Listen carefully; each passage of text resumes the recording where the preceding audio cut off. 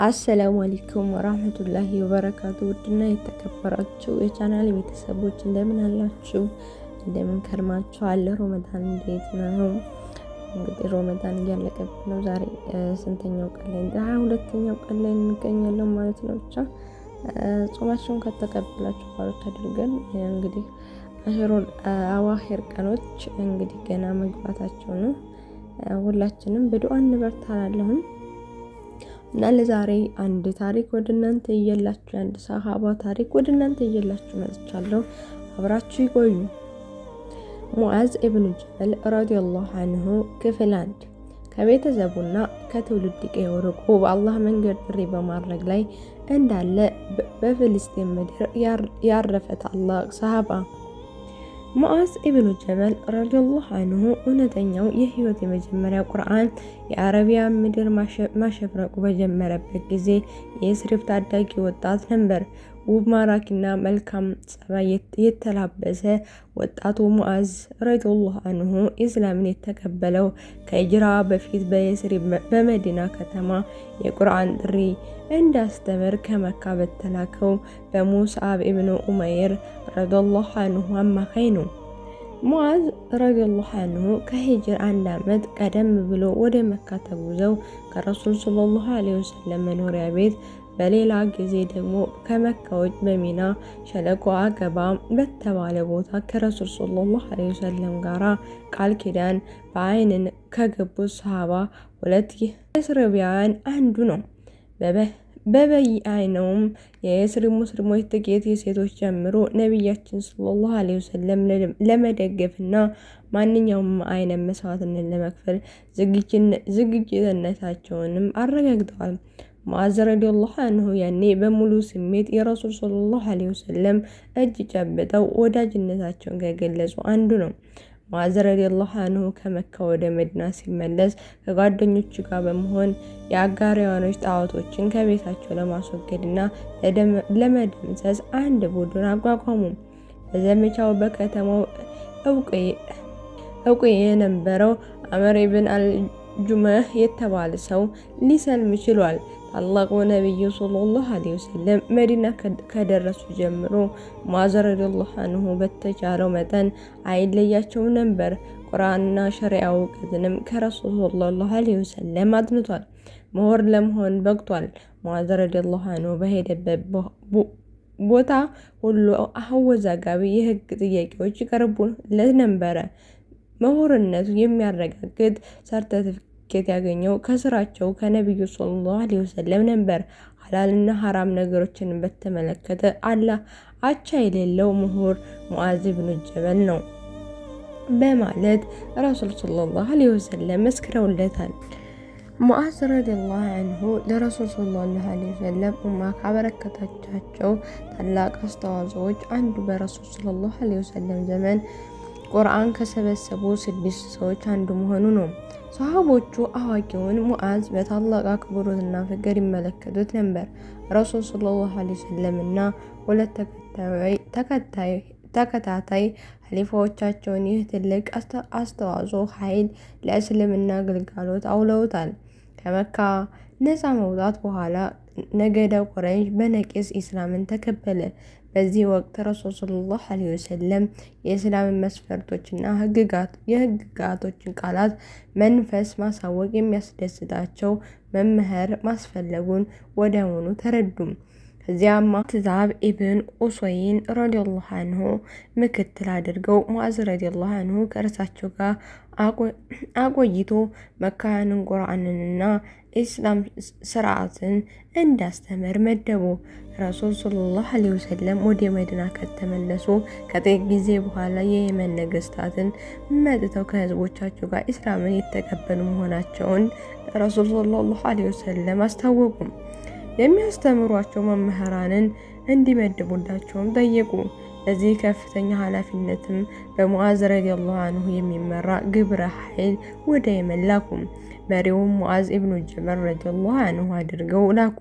ከመሄዱ በፊት ግን የሚከተለውን ጥያቄዎች አቅርበውለት ነበረ። በህዝቦች መካከል ምን መሰረት በማድረግ ነው የምትፈርደው? የአላህን ኪታብ መሰረት በማድረግ በማለት ሙዓዝ ረዲየላሁ አንሁ መለሰ። ያንን ችግር በተመለከተ በቁርአን ምንም ነገር ካጣህስ በአላህ ነቢይና ሱና መሰረት በዚህ ውስጥ እንደዚህ መፍትሄ ካጣህስ የራሴን ትክክለኛ ፍርድ ለመስጠት የአእምሮዬን አሰራዋለሁ፣ ኢጅቲሃድ አደርጋለሁ አለ ሙዓዝ ኢብኑ ጀበል ረዲየላሁ አንሁ። ረሱል ሰለላሁ ዐለይሂ ወሰለም በዚህ መልስ ረክተው ምስጋና ለአላህ ይገባው የነቢዩን ልዩ ልዑክ ነቢይን ወደሚረካ መልስ የመራው ለሆነው ጌታ አሉ። ነቢዩ ሰለላሁ ዐለይሂ ወሰለም ራሳቸው እንደዚህ የብርሃን የነፃ መውጫ መምሪያ ልዑካን ቡድኖቻቸውን ሸኛኘት አድርገውለታል። ከሙዓዝ ረዲየላሁ አንሁ ጎን ለጎን የተወሰኑ ርቀቶችን ተራምደዋል። በመጨረሻ ሙዓዝ ሆይ ምናልባት ከዚህ ዓመት በኋላ ላታገኝ ትችላለህ። ስትመለስ የምታየው መስጊድ እና መቃብር ሊሆን ይችላል አሉት። ሙዓዝ ረዲየላሁ አንሁ ስቅስቅ ብሎ አለቀሰ። አብረውትም ያሉ እንደዚሁ አለቀሱ። ከሚወዳቸው ነቢዩ ሰለላሁ ዐለይሂ ወሰለም የመነጠል ከፍተኛ የሐዘን ስሜት ልቡን በረበረው። ይህ በነቢዩ ሰለላሁ ዐለይሂ ወሰለም ትንቢት ትክክል ነበረ።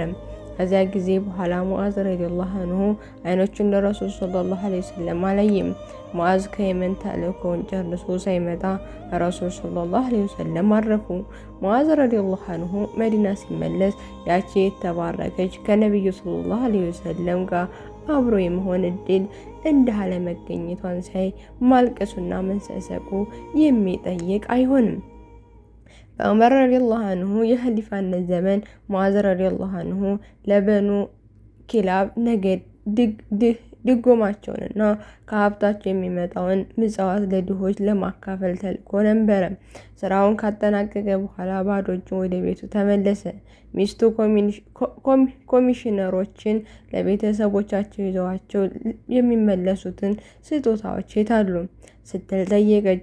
እሱም ንቁ ተቆጣጣሪ ነበረኝ አጥብቆ የሚቆጣጠር ብሎ መለሰላት።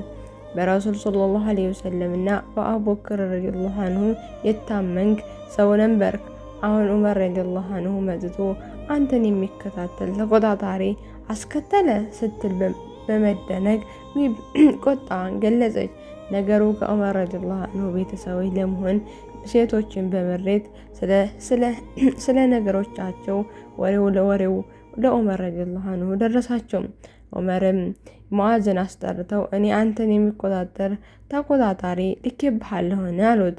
እሱም አየለም አላኩም አሚረል ሙእሚኒን፣ ነገር ግን ያኔ ስጠይቀኝ ያገኘው ምክንያት እሱ ብቻ ነበር ብሎ መለሰላቸው። በሁኔታው ዑመር ረዲየላሁ አንሁ ሳቁና ይህ እንደሚያስደስትህ ተስፋ አደርጋለሁ ብለው የሆነ ስጦታ ሰጡት። ዑመር ረዲየላሁ አንሁ ዘመን ኸሊፋ የሶሪያው አስተዳዳሪ የዚድ ኢብኑ አቡ ሱፊያ የሚከተለው መልእክት ለኸሊፋው ላኩ። አሚረል ሙእሚኒን ሆይ የሶሪያ ህዝብ ብዙ ነው። ከሞቱቶች አጥለቅልቀዋቸዋል። ቁርአን የሚያቀሩና የእስላም ስርዓት የሚያስተምሩ መምህራን ያስፈልጓቸዋል። ከዚህ በኋላ ዑመር ረዲየላሁ አንሁ በነቢዩ ሰለላሁ ዐለይሂ ወሰለም ጊዜ በነበሩና ቁርአን የሰበሰቡ 5 ሰዎች መረጡ። ሙዓዝ ብኑ ጀበል፣ ኡበይዳ ኢብን አስማ ሳሚት፣ አቡ አዩብ አልአንሷሪ፣ ኡበይድ ኢብኑ አዕዋም እና አቡ ደርዳ ረዲየላሁ አንሁንም ነበሩ ተመራጮቹ። ሰብስበዋቸው በሶሪያ የሚገኙ ወንድሞቻቸውን ቁርአን የሚያቀሩ እና የእስላምን ስርዓት የሚያስተምሯቸው ሰዎች በመላክ እንድንረዳቸው ጠየቁኝ። አላህ ይባርካቸውና 3ቱንም ሰዎች ከመካከላቸው ምረጡልኝ። ነገሩን ለምርጫ ካቀረብኳቸው ከመካከላቸው ራሴ 3 ሰዎችን እመርጣለሁ አለ። ዑመር ረዲየላሁ አንሁ ምን ለዚህ ምርጫ ያስፈልገዋል ሲሉ ተሰብሳቢዎቹ ጠየቁ። አቡ አዩብ ሽማግሌ ነው፣ ኡበይ ደግሞ ታሟል። ይህ ደግሞ 3ታችን ብቻ ያስቀራል። በዚህም ተስማሙ። እሳቸው መጀመሪያ ወደ ሂምስ ሄዱ። እዚያ ባሉ ህዝቦች ሁኔታ ከረካችሁ አንደኛችሁ ሂምስ ቀርቶ የቀራችሁ ወደ ደማስቆና ፍልስጤም ሄዱ የሚል ትዕዛዝ ተነገራቸው። በትዕዛዙ መሰረት ኡበይዳ ኢብን አስሳሚት ረዲየላሁ አንሁ በሂምስ ሲቀሩ አቡ ደርዳ እና አቡ ደርዳ ረዲየላሁ አንሁ ወደ ደማስቆ፣ ሙዓዝ ረዲየላሁ አንሁ ደግሞ ወደ ፍልስጤም ተጓዙ። ሙዓዝ ረዲየላሁ አንሁ ፍልስጤም ውስጥ ነበሩ። በጠና ይታመሙ። ወደ ሞት አፋፍ ሲቀርብ ፊቱ ወደ ካዕባ ዙሮ ሞተ። እንኳን ደህና መጣ የጠፋ እንግዳ ከረጅም ጊዜ መጥፋት በኋላ መጥቷል ሲል ተደምጧል። ወደ ሰማይ እየተመለከተ ዓለምን አልፈልጋትም፣ ሕይወት የምራዘመውን አልፈልግም፣ ጌታዬ አማኝ ነፍስ እንደምትቀበል ነፍስን በትእዛዝ ተቀበላት ሲል በፈጣሪው ተማጸነ።